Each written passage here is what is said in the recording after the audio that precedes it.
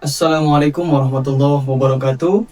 Alhamdulillah, salatu wassalamu ala rasulillah Sayyidina Maulana Muhammad ibn Abdillah. La hawla wa la quwata illa billah. Amma ba'du. Perkenalkan, nama saya Ilham Bajila Yusuf dengan NIM 22482120176. Di sini saya akan memaparkan materi tentang maqasid syariah, yakni melacak sejarah pemikiran maqasid al-syariah yang diampu oleh dosen pengampu, yakni Dr. Ahmad Otong Bustomi LC.MAD, Universitas Islam Negeri Cyber Syekh Nurjati Cirebon. Untuk awalan, maka saya akan memaparkan terlebih dahulu terkait melacak sejarah pemikiran maqasid syariah. Maqasid al-syariah adalah tujuan-tujuan pokok yang hendak diwujudkan oleh hukum Islam demi kemaslahatan manusia. Konsep ini menjadi fondasi penting dalam pengembangan hukum Islam, khususnya dalam respon persoalan-persoalan kontemporer. Pemikiran maqasid tidak lahir secara tiba-tiba, tetapi berkembang melalui proses sejarah yang panjang. Pengertian maqasid syariah sendiri, maqasid berarti tujuan, maksud atau sasaran. Al-syariah adalah tujuan, aturan, dan hukum yang ditetapkan Allah untuk kemaslahatan manusia. Maqasid al-syariah, tujuan-tujuan dasar yang ingin dicapai oleh syariat Islam dalam menjaga dan mewujudkan kemaslahatan, maslahah, serta menolak kerusakan mafsadah. Akar pemikiran maqasid pada masa awal Islam, yakni Al-Quran, mengandung prinsip keadilan, rahmat, dan kemaslahatan. Contoh, Quran Surat Al-Anbiya ayat 107, rahmat bagi semesta alam. Yang selanjutnya ada sunnah Nabi. Kebijakan Nabi SAW sering mempertimbangkan maslahat dan kondisi sosial. Contoh, penundaan hukum pada masa perang atau krisis. Selanjutnya ada praktik sahabat.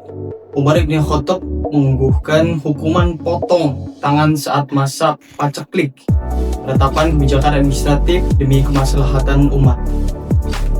Pada fase ini, maqasid belum dirumuskan secara sistematis, tetapi diterapkan secara substantif.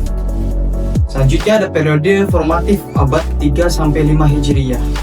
Ada Imam Al-Haramain Al-Juwaini pada masa 478 Hijriyah, perkenalkan konsep al-masalih al-ammah, mengklasifikasikan kebutuhan manusia dalam hukum Islam. Selanjutnya ada Imam Al-Ghazali pada masa 505 Hijriyah, dirumuskan secara jelas 5 tujuan pokok syariah al-daruriyat al-khams: menjaga agama, hibz ad-din; menjaga jiwa, hibz an-nafs; menjaga akal, hibz al-aql; menjaga keturunan, hibz an-nasab; dan terakhir menjaga harta, hibz al-mal. Bagi maslahat menjadi daruriyat, hajiyat, dan tahsiniyat. Selanjutnya ada periode pengembangan abad 7-8 Hijriah. Izz al-Din Ibn As-Salam 660 Hijriah menekankan bahwa hukum Islam berporos pada realisasi maslahat dan penghindaran mafsadat. Dijuluki Sultan al-Ulama karena keberanian ijtihadnya. Selanjutnya Imam Asy-Syatibi pada 790 Hijriah, tokoh kunci dalam sejarah maqasid. Karyanya Al-Muwafaqat menjadikan maqasid sebagai metodologi ijtihad, menegaskan bahwa syariah diturunkan untuk kemaslahatan manusia secara menyeluruh. Selanjutnya periode stagnasi dan tradisional.